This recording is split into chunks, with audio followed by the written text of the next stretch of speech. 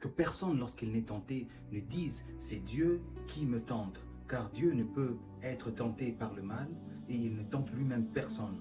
Mais chacun est tenté quand il est attiré et amorcé par sa propre convoitise. Puis la convoitise, lorsqu'elle a conçu, enfante le péché.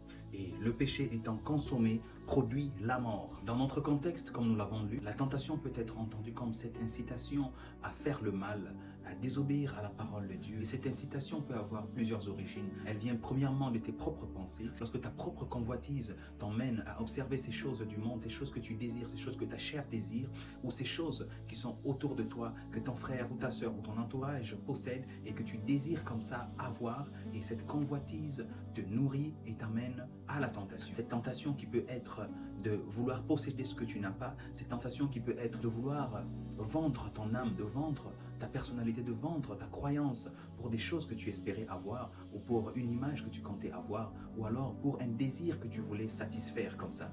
Alors l'autre origine de la tentation est comme ça le diable. Le diable dans ta vie peut te tenter en suscitant des événements qui peuvent t'emmener à rétrograder, qui peuvent t'amener à pécher, qui peuvent t'amener à régner ta croyance envers le Dieu Tout-Puissant. Le diable, n'oublions pas, a tenté le Christ comme ça. La Bible dit dans Matthieu 4 que Jésus-Christ fut amené par l'Esprit dans le désert où il fut tenté par le diable.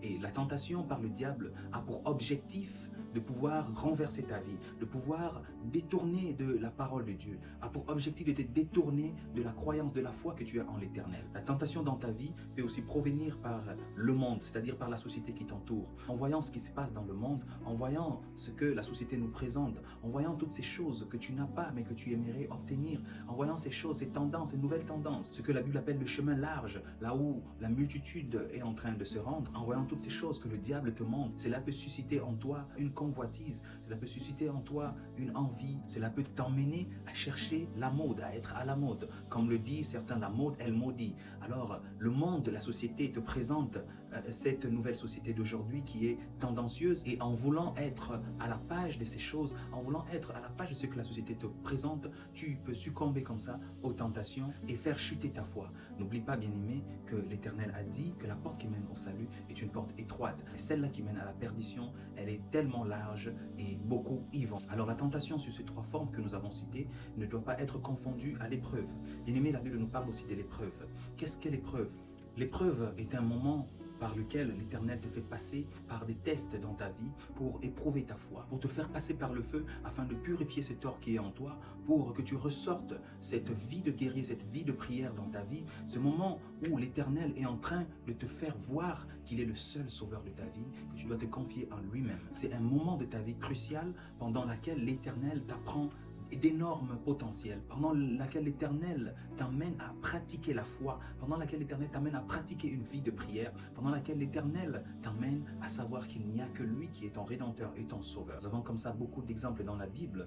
Nous pouvons commencer par le livre de Deutéronome, chapitre 8. Israël qui traversait le désert sous la conduite de Moïse, qui était devenu insoumis à l'Éternel, et l'Éternel a décidé de leur faire contourner le désert afin de les purifier, afin de pouvoir leur montrer qu'il est leur seul Dieu. Et c'est ce qui s'est traduit dans le livre de Deutéronome chapitre 8, où il dit « Souviens-toi de tout le chemin que l'Éternel ton Dieu t'a fait faire pendant ces 40 années dans le désert, afin de t'humilier et de t'éprouver pour savoir quelles étaient les dispositions de ton cœur, et si tu gardais ou non ses commandements. » Et pendant ce moment, l'Éternel était en train de purifier Israël, était en train de savoir qui le sert ou qui ne le sert pas. Et nous avons beaucoup d'exemples comme ça, tels que la vie de Job que tu connais très certainement, où l'Éternel a permis que ces épreuves puissent lui arriver, afin que l'Éternel se glorifie. L'une des choses que nous ignorons, c'est que pendant l'épreuve, l'Éternel se glorifie par la foi que tu continues à avoir en lui, par ta fermeté, par ta manière à continuer à le glorifier. Et l'Éternel était comme ça fier de la vie de Job, parce que Job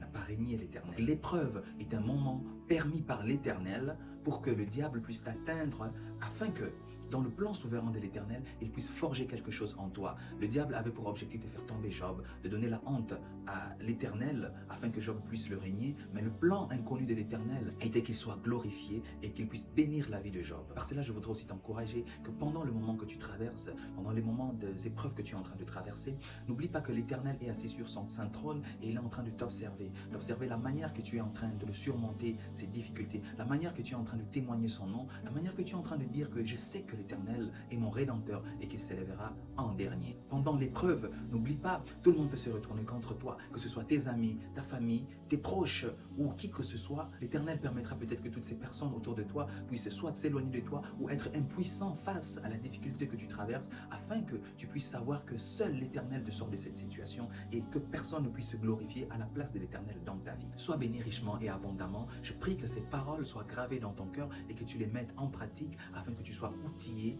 Que l'Éternel te bénisse. Shalom.